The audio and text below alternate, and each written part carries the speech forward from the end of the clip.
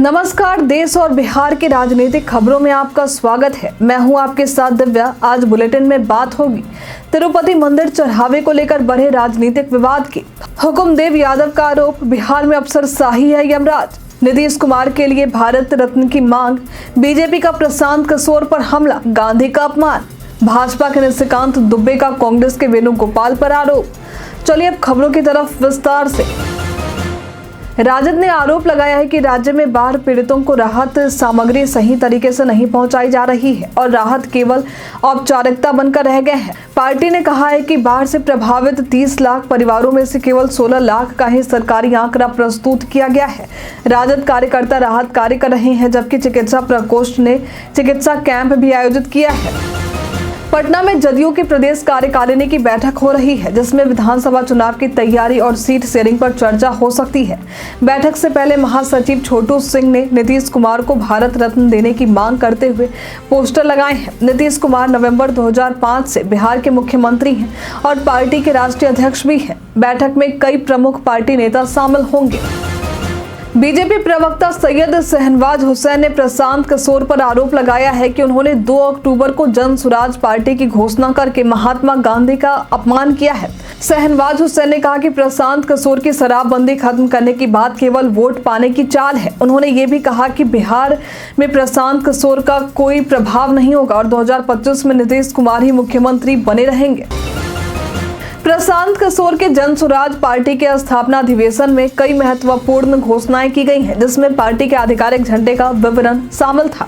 उन्होंने बताया कि झंडे में महात्मा गांधी और बाबा साहेब आम्बेडकर की तस्वीरें होंगी, जिससे दोनों महान विचारकों के आदर्शों का सम्मान होगा। ये निर्णय पार्टी के संविधान निर्माण के तहत लिया गया है और झंडा जल्द ही चुनाव आयोग के सामने प्रस्तुत किया जाएगा। प्रशांत किशोर की जन सुराज पार्टी ने अपनी राजनीतिक यात्रा शुरू की है। पार्टी की नेता अपर्णा यादव ने राजद कार्यालय के बाहर एक पोस्टर लगाकर तेजस्वी यादव पर हमला किया है, जिसमें लिखा है कि पूरा बिहार डूब रहा है, जबकि बिहार का राजकुमार दुबई घूम रहा है। उन्होंने कहा कि बाढ़ प्रभावित लोगों की मदद के लिए तेजस्वी का बिहार में होना जरूरी है, लेकिन वे गायब हैं। ये आरोप बिहार की राजनीति में हलचल पैदा कर रहा है। कांग्रेस की वरिष्ठ नेता कुमारी सैलजा ने कहा है कि हरियाणा के लोग मौजूदा सरकार को बदलने के लिए तैयार हैं और कांग्रेस को सत्ता में लाने का इंतजार कर रहे हैं। उन्होंने मतदाताओं से अपील की है कि वे अपने मताधिकार का प्रयोग करें। जब उनसे पूछा गया कि यदि कांग्रेस जीतती है तो क्या वो मुख्यमंत्री बनेंगी, तो उन्होंने कहा कि ये पार्टी आला कमान का निर्णय होगा। सैलजा ने भाजपा पर अंदरूनी कलह के आरोप लगाए हैं। कांग्रेस नेता राहुल गांधी ने कोल्हापुर में भाजपा और शिवसेना शिंदे गुट पर तीखा हमला करते हुए कहा है कि कांग्रेस आज विचारधारा की लड़ाई लड़ रही है, जिसे शिवाजी महाराज ने भी चुनौती दी थी। उन्होंने आरोप लगाया कि भाजपा शिवाजी के विचारों का सम्मान नहीं करती और कांग्रेस की लड़ाई संविधान को बचाने की है। गांधी ने शिवाजी महाराज के सिद्धांतों के आधार पर न्याय और समानता की लड़ाई जारी रखने का संकल्प लिया। बीजेपी नेता हुकुमदेव नारायण यादव ने बिहार में अफसरशाही पर कड़ी प्रतिक्रिया दी है, ये कहकर कि अफसर किसी की बात नहीं सुनते हैं। उन्होंने अपने अनुभव साझा करते हुए बताया कि अपने गांव में पुल के मुद्दे को हल करने के लिए उन्होंने कई बार अधिकारियों से संपर्क किया, लेकिन सफल नहीं हुए। यादव ने कहा कि नीतीश कुमार के राज में अफसरशाही इतनी हावी है कि जनप्रतिनिधियों की बातों को नजरअंदाज किया जाता है। हरियाणा में विधानसभा चुनाव के दिन बीजेपी के 4 नेताओं के पार्टी से निष्कासन का एक पोस्ट वायरल हुआ है, जिसमें सांसद नवीन जिंदल की मां सावित्री जिंदल का नाम भी शामिल है। हालांकि हरियाणा बीजेपी ने इसे फेक न्यूज बताया है। सावित्री जिंदल ने कहा है कि उन्हें इस बारे में जानकारी नहीं है, जबकि उनके बेटे नवीन जिंदल ने मां के निर्दलीय चुनाव लड़ने के फैसले का समर्थन किया है।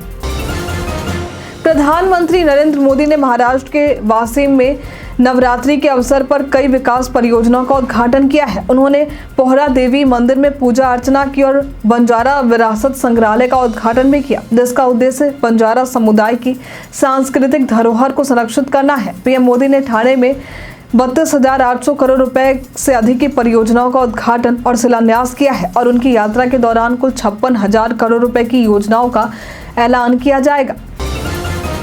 दिल्ली में सरदार पटेल व्याख्यान में विदेश मंत्री एस जयशंकर ने अपने आगामी पाकिस्तान दौरे और मध्य पूर्व में चल रहे संघर्षों पर चिंता व्यक्त की है। उन्होंने कहा है कि हालात चिंताजनक हैं और इससे वैश्विक अर्थव्यवस्था प्रभावित हो रही है। पाकिस्तान के साथ अच्छे संबंध रखने की भारत की इच्छा को स्पष्ट करता है। आंध्र प्रदेश के मुख्यमंत्री एन चंद्रबाबू नायडू ने तिरुमाला के वेंकटेश्वर मंदिर में लड्डू प्रसादम की गुणवत्ता को लेकर श्रद्धालुओं को संतोषजनक प्रतिक्रिया का जिक्र किया है। उन्होंने टीटीडी के रसोई घर के उद्घाटन के बाद बताया कि लड्डू बनाने में उच्च गुणवत्ता की सामग्री का उपयोग सुनिश्चित किया जाएगा और जरूरत पड़ने पर IIT तिरुपति से भी परामर्श लिया जाएगा। नायडू ने भक्तों की राय को महत्व देने की भी अपील की है। हरियाणा विधानसभा चुनाव के मतदान के बाद कांग्रेस नेता रणदीप सुरजेवाला ने सीएम पद के लिए अपनी आकांक्षा जताई है। उन्होंने कहा है कि मुख्यमंत्री के चेहरे का फैसला राहुल गांधी और मल्लिकार्जुन खड़गे करेंगे। सुरजेवाला ने बीजेपी पर हमला करते हुए कहा कि उनकी जीत का दावा एक कल्पना की तरह है। कांग्रेस में कुमारी सैलजा और भूपेंद्र सिंह हुड्डा के बीच भी सीएम पद को लेकर खींचतान चल रही है। पटना में जदयू की नई प्रदेश कार्यकारिणी की पहली बैठक में सीएम नीतीश कुमार ने 12 लाख लोगों को नौकरी देने की घोषणा की है। बैठक में 2025 विधानसभा चुनाव की रणनीति पर चर्चा हुई, जिसमें नीतीश कुमार को मुख्यमंत्री पद का दावेदार घोषित किया गया। राजनीतिक प्रस्ताव में लोहिया के विचारों की तुलना नीतीश के कार्यों से की गई। जदयू ने 220 से 225 सीटें जीतने का लक्ष्य रखा है। प्रधानमंत्री नरेंद्र मोदी ने महाराष्ट्र के वासे में बंजारा विरासत म्यूजियम का उद्घाटन करते हुए कांग्रेस पर गंभीर आरोप लगाए हैं। उन्होंने कहा है कि कांग्रेस का उद्देश्य देश को विभाजित करना है और आरोप लगाया कि पार्टी ड्रग्स के जरिए चुनावी फंड जुटाने की कोशिश कर रही है। पीएम मोदी ने बंजारा समाज के योगदान की सराहना की और कहा कि एनडीए सरकार इस समुदाय के कल्याण के लिए काम कर रही है। नेता प्रतिपक्ष तेजस्वी यादव ने भाजपा नेता हुकुमदेव नारायण यादव का एक वीडियो शेयर करते हुए नीतीश सरकार पर हमला बोला है। उन्होंने आरोप लगाया है कि बिहार में अफसरशाही और भ्रष्टाचार बढ़ गया है, जिससे आम लोगों को समस्याओं का सामना करना पड़ रहा है। तेजस्वी ने कहा है कि बिना रिश्वत के कोई काम नहीं होता है और मुख्यमंत्री नीतीश कुमार असहाय बने हुए हैं, जिससे बिहार का विकास रुक गया है। भाजपा सांसद निशिकांत दुबे ने कांग्रेस नेता केसी वेणुगोपाल पर केंद्र सरकार को बदनाम करने और भारत की वित्तीय संरचना को अस्थिर करने का आरोप लगाया है।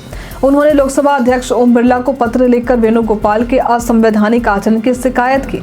दुबे ने कहा कि सेबी के अध्यक्ष माधवी पुरी बूच को तलब करना विदेशी कंपनियों द्वारा भारत को बदनाम करने की कोशिश का हिस्सा है, जबकि समिति का मुख्य कार्य सरकार के विनियोग खातों की जाँच करना है।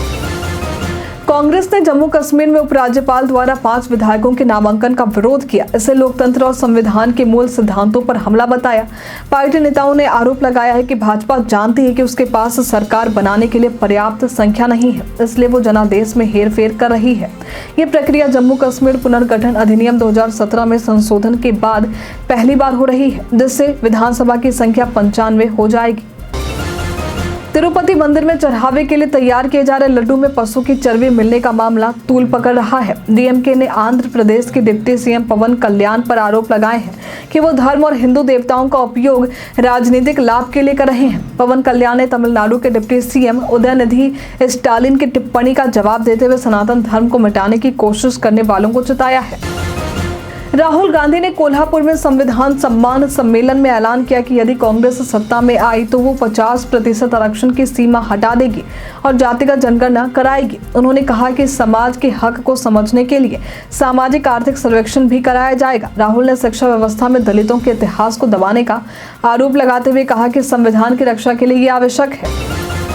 भारत के विदेश मंत्री एस जयशंकर 15 अक्टूबर को शंघाई सहयोग संगठन यानी SCO बैठक में भाग लेने पाकिस्तान जाएंगे, जो पिछले 10 वर्षों में किसी भारतीय विदेश मंत्री की पहली यात्रा होगी। नेशनल कॉन्फ्रेंस के प्रमुख फारूक अब्दुल्ला ने इस यात्रा पर खुशी जताई है और उम्मीद जताई है कि जयशंकर द्विपक्षीय संबंध सुधारने पर चर्चा करेंगे। इस बीच पाकिस्तान में सुरक्षा के पुख्ता इंतजाम किए गए हैं। आज के लिए इतना ही। जाते जाते आपके लिए एक सवाल, नीतीश कुमार को जदयू द्वारा भारत रत्न देने की मांग पर आप क्या कहना चाहेंगे? हमें कमेंट में लिखकर जरूर बताएं। आज के लिए इतना ही। हमारे साथ बने रहने के लिए आपका धन्यवाद।